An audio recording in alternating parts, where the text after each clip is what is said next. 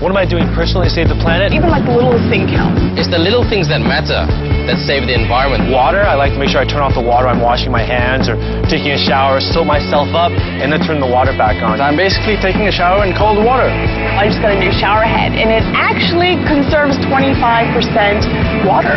In the office, tell people to use recycled paper, recycled cans. I keep the pot covered so the food cooks faster. I would ban the use of plastic all over the world. To ditch the plastic bags. My new religion is called no plastic. What I do is I use the traditional Filipino shopping bag called the bayong.